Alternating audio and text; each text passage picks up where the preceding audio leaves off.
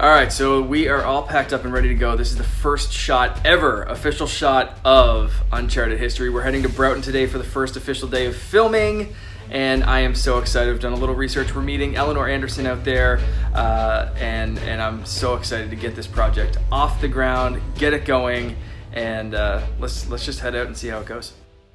Now you can see right here, the plans for Broughton were pretty expansive. It was really one of the first big planned cities in Canada. It was financed by wealthy backers from England, and they had big plans for this place. Now, not all of these plans were actually built to completion, but you can see that they had pretty lofty goals.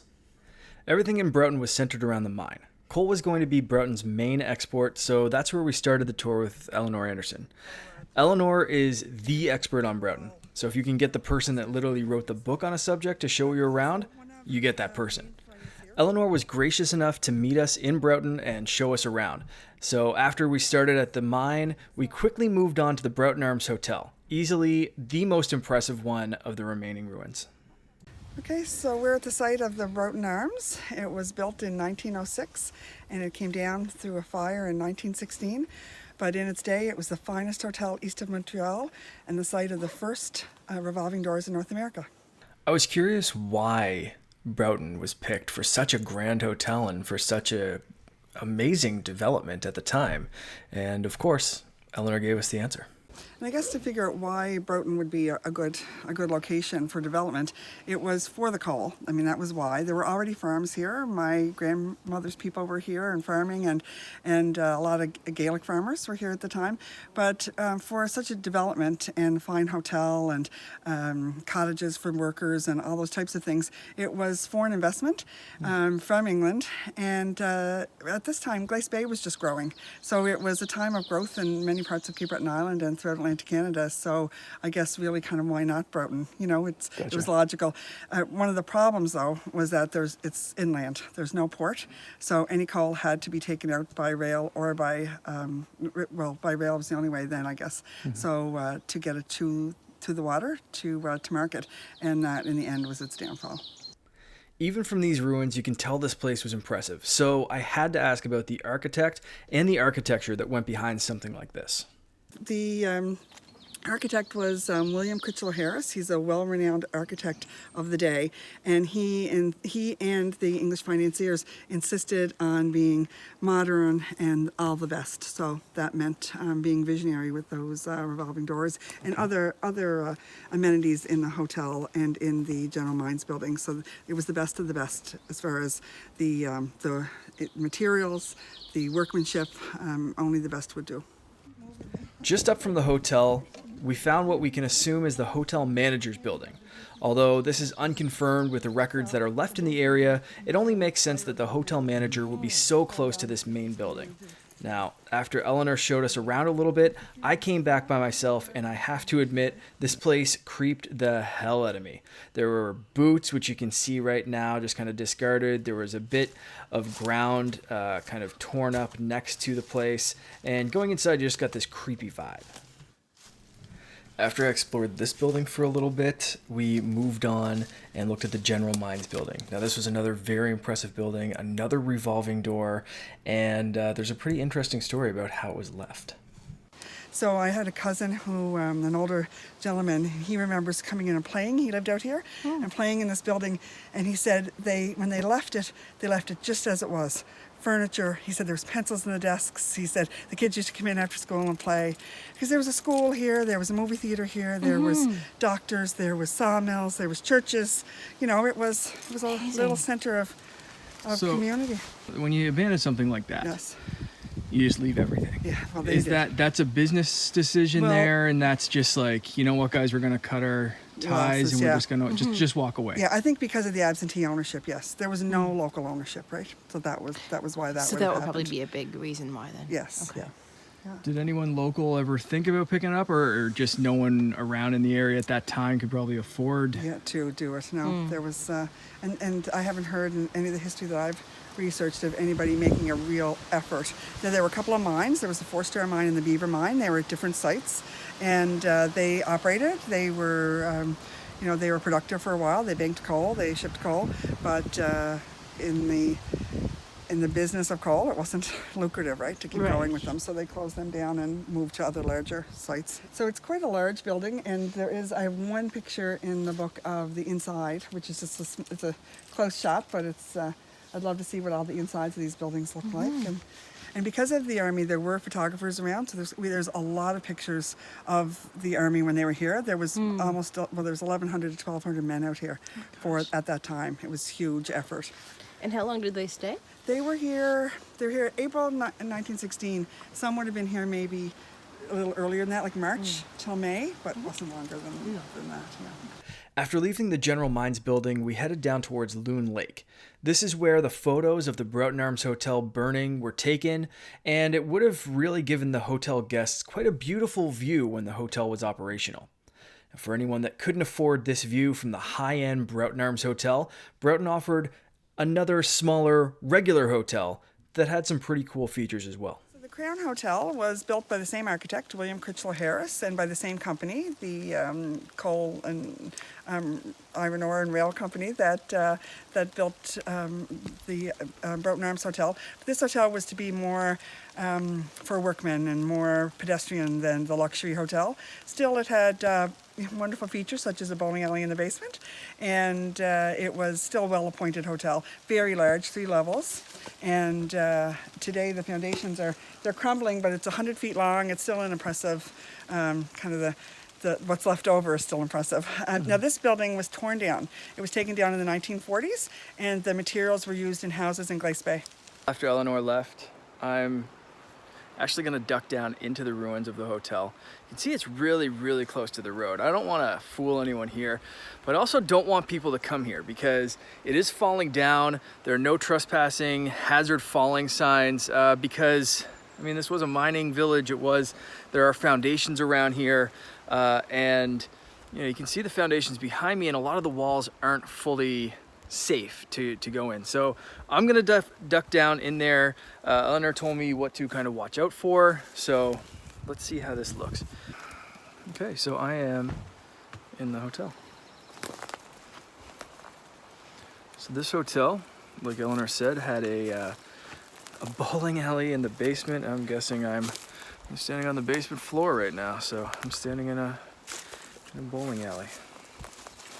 This thing is expansive. Hey, here comes Loren. She did decide to join me. See, the bugs are crazy bad right now, but here we are. So this building's expansive. Hello. And yeah, I'm just gonna take a little spin around.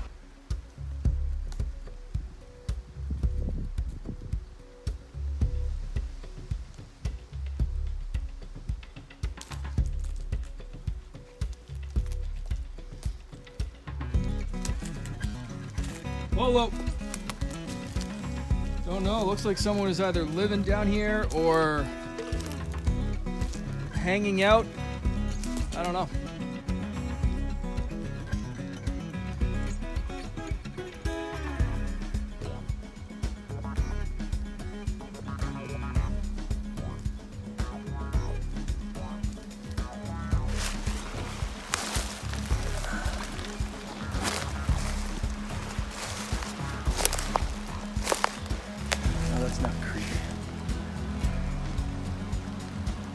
After exploring the second hotel and finding some super creepy ducks, I crossed the road, went a little bit up the street, and found the structures that I found in the winter. Now these were houses. This was the starting of the community, and while exploring these ruins, I couldn't help but think of some words that Eleanor left us with. So Broughton at its peak had a population of about 1,000 people, and that's not soldiers, that's people who lived here. And they were farmers mostly, or people who were working the land between timber and farming.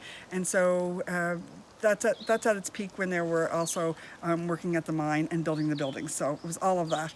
And there were people from all over doing that, workers from all over the world, really.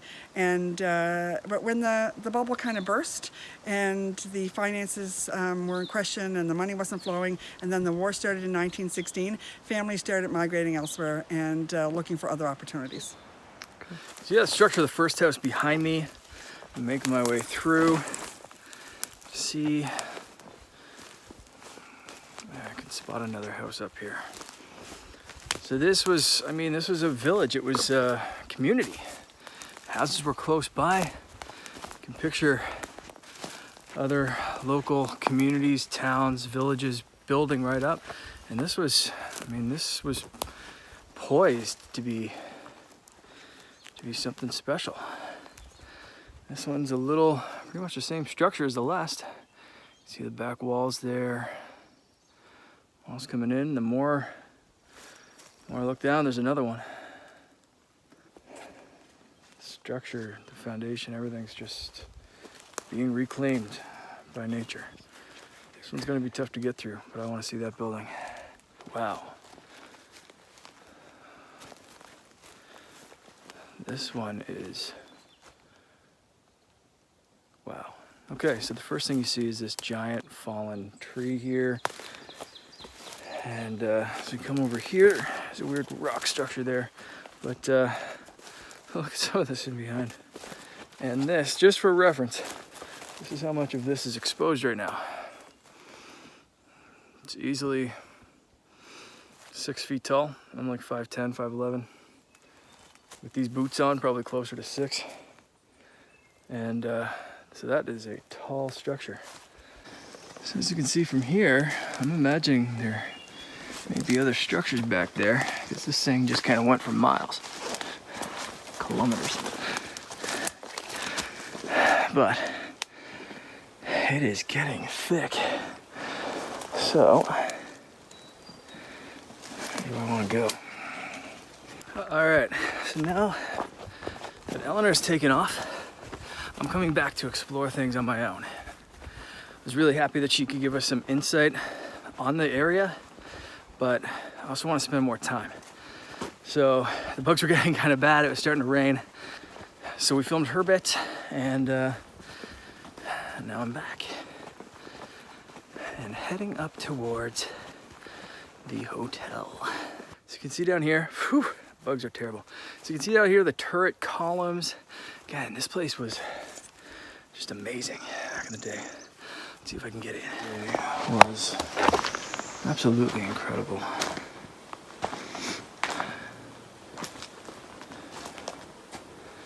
Obviously people have come in and made a little less of it, but man.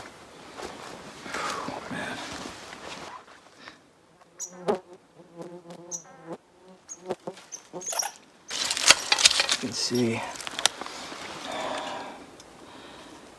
that was clearly burned.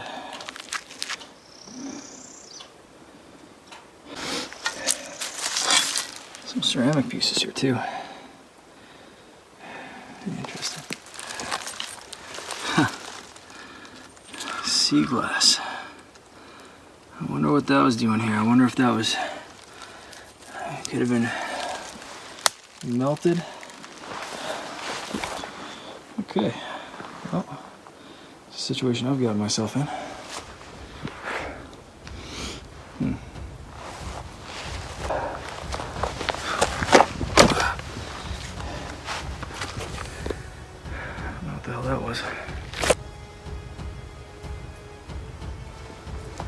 Okay. That sounded like some evil laughter. I'm hoping that was just a loon or something. That's creeping the hell out of me. You know what? I'm actually... Let me get the hell out of here. That's really weird.